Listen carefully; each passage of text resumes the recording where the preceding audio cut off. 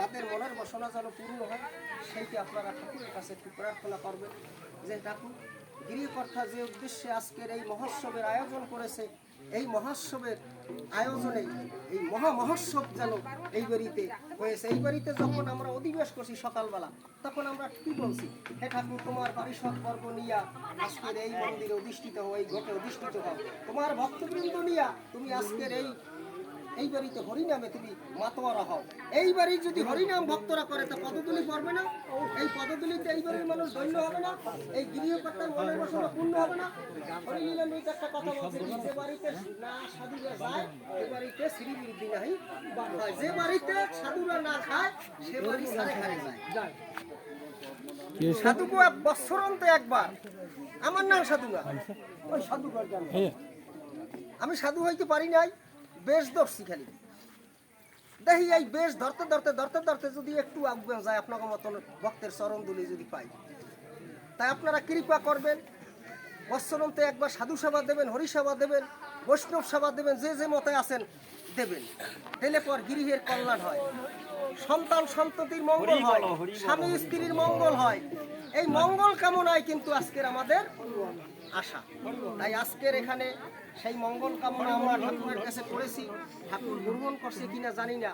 হে ঠাকুর, আমরা অধম অবাজন, নাই সাধন ভজন, নাই ভক্তি বল, নাই কোনো গুণ ক্ষমতা, তুমি নিজ গুণে সব কিছু ক্ষমা সুন্দর দৃষ্টিতে দেখে আজকের এই ভক্ত সহ এই গৃহকর্তার অঞ্জলি প্রার্থনা তুমি গ্রহণ করো।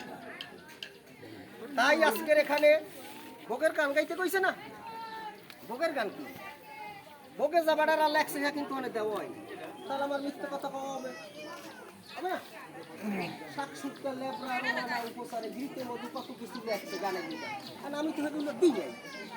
বেশি কি ঠাকুর তুমি যাহা কিছু তোমার আয়োজনে, তোমার কৃপায়, তোমার চেষ্টায় তুমি যা জোগাড় করাইছো তাই আমি দিছি।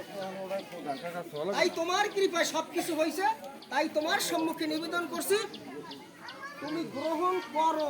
একথা কইলে কি গ্রহণ করবে? পারবে কিনা জানি না, তবে আমার এটা আবেগ যে ঠাকুর তোমার কৃপায়, তোমারই তো সব। তুমি এই জগতের বুকে এত মানুষ, এত পশু পাখি গাছপালা কীট পতঙ্গ তুমি সব পালন করো, তুমি কেমন ভাবে করো তো দেখি না। আমরা সবাই ভালো থাকার জন্য চেষ্টা করি, ঠাকুরের কাছে কামনা করি। একবারও কই ঠাকুর তুমি ভালো না থাকলে এত মানুষ ভালো কেমনে রাখো? এর কি জ্বর সর্দি নাই? আছে, থাকতে পারে। মানুষ যখন এই ধরা দামে থাকতে পারে, তাহলে তার জ্বর সর্দি কাশি এগুলো থাকতেই পারে, কিন্তু সে সেগুলো নিয়ন্ত্রণের সে মালিক। তার আছে বিদায় ভক্তদের আছে, তার না থাকলে বক্তব্য থাকতে নাকি? এই কলিযুগে ভক্ত হয়েছে কি ভক্ত? রোগা ভক্ত, সব কিন্তু রোগা। তাই দশরথ কইছে সবার রোগ লইয়া আমি একা ভোগী। এই জগতে যত রোগ শোক আছে যত জনার, হে ঠাকুর এই সব রোগ শোক আমারে দাও, আমি সব লইয়া একা যেন ভোগী। তাই আজকের এখানে সেই মহাপ্রসাদ দেওয়া হয়েছে। কি প্রসাদ? ঠাকুরের প্রসাদ। হে ঠাকুর তুমি এই প্রসাদ মহাপ্রসাদ করো।